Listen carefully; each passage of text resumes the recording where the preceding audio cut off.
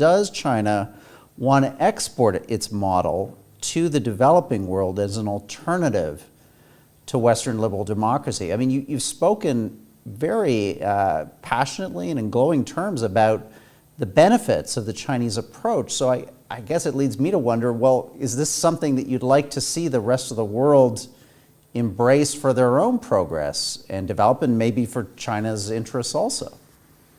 In fact, one striking difference between Chinese culture and Western culture in general is we don't have this messianic tradition to convert others.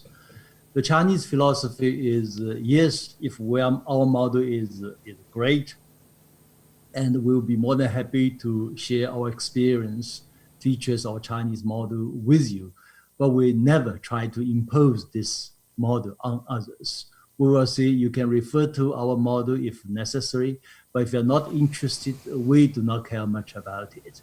So this is a very open-minded attitude towards this what's called a China model. It's very different from the American approach. American believe that their model is the best and imposed on others, whether by espionage or by missiles. We don't have this tradition. So Chinese is age-old civilization, perhaps slightly more sophisticated. We think eventually each and every nation should find its own way to success, which will be different from others. But once you are successful or relatively successful, many other countries will look to you for some kind of help or even guidance. That is happening. In Africa, you see this slogan called looking east, looking to China. But that's not something China imposed on others. We're not interested. But indeed, if we share experiences and what we call selective learning, Chinese have learned so much from the West, but selectively, not blindly copy the Western system. That will be okay. Yeah.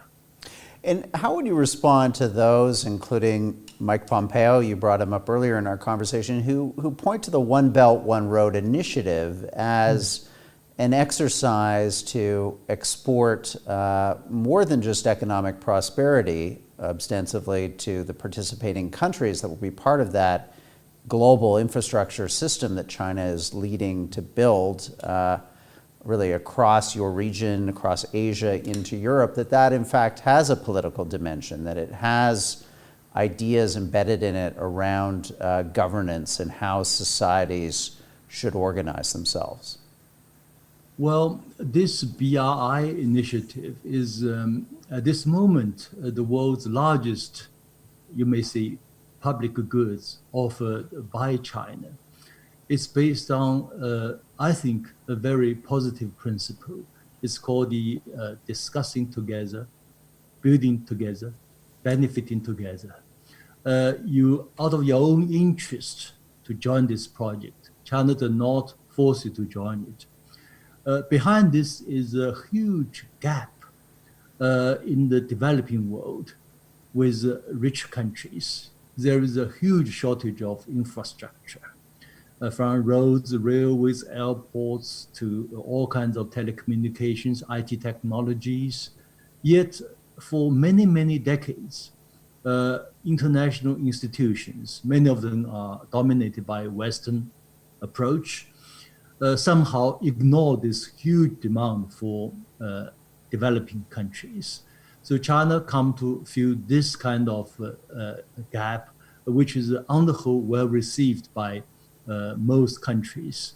I hope that the other countries will also join. Actually, some European companies, some American companies also join these projects. It's indeed a platform. And of course, in the process, certain countries say, well, come to help us because you have a great idea of this industrial zones. Can we also learn something to set up some zones here in our country? And China tried to help. And also China is good at make plans. Some country will say, well, help us with the planning. Actually, these are open for all countries, but China somehow is appreciated by other countries for that. So if you think this is the expansion of Chinese political role, why not? So this is only normal. It's between states on sovereign rights. China respects their sovereignty. China does not impose its view on other countries. So this is also business as well. Yeah. So I don't see any problem with that. Don't politicize everything. One secret of China's success is in the West, it's started with the British, what we call the divide and rule. You always have good guy, good country, bad country, then opposing each other. The Chinese philosophy is unite and prosper, whether within China, in the international community. We said to Africans, unite, African unity, we support. Southeast Asia, ASEAN, unite, the more united, the better. So this is not the mentality of a colonialist, imperialist. This is mentality of international community.